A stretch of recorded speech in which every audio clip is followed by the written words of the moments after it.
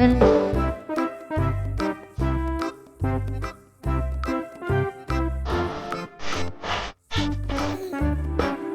mga katits, magandang hapon po sa inyong lahat. Sana po sa mga oras na ito ay may masaing pa at may pakain pa sa bawat pamilya. A few moments later.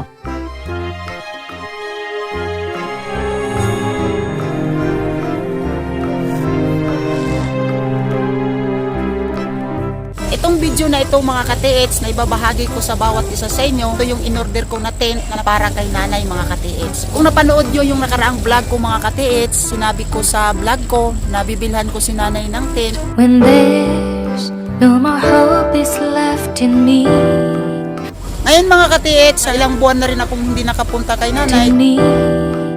I can see what comes my way.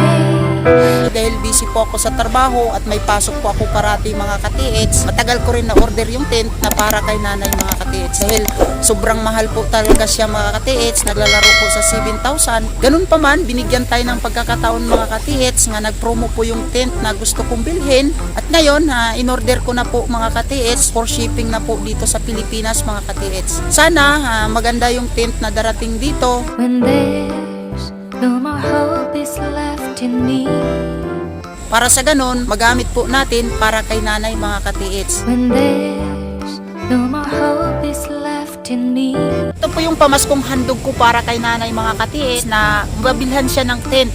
Kasi nakikita ko sa sitwasyon niya doon, napakahirap at doon lang po siya naninirahan sa waiting shed sa tabi ng highway mga katiits. Dito sa Maynila mga katiits, dito ko nararanasan at nakikita na maraming mga kababayan natin na naninirahan lang sa lansangan. Si nanay mga katiits, nung nakita ko yung kalagayan at sitwasyon niya, na doon lang siya natutulog sa waiting shed sa tabi ng kalsada, parang nadurog yung puso ko nung mga time na yun mga katiits. Kaya gusto ko man siya sana dalhin sa bahay, hindi ko magawa dahil nandito ako parati sa trabaho at walang mag-alaga sa kanya. Alam niyo mga katiits, itong tent na ibibigay ko kay nanay, ko po alam kung kailan magtatagal to sa kanya. Yung naman, kahit papaano, sa panahon ngayon ng pandemic, nakapagbigay tayo ng kunting tulong para sa kanya.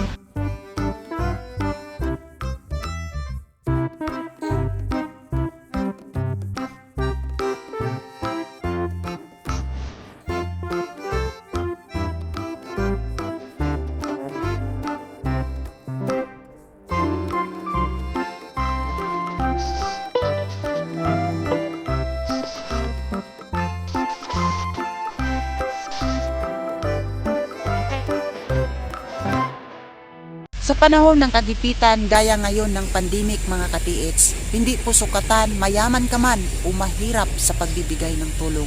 Sa pagtulong mga katiits ay kusang loob niyan na binibigay na walang anumang kapalit na mga bagay.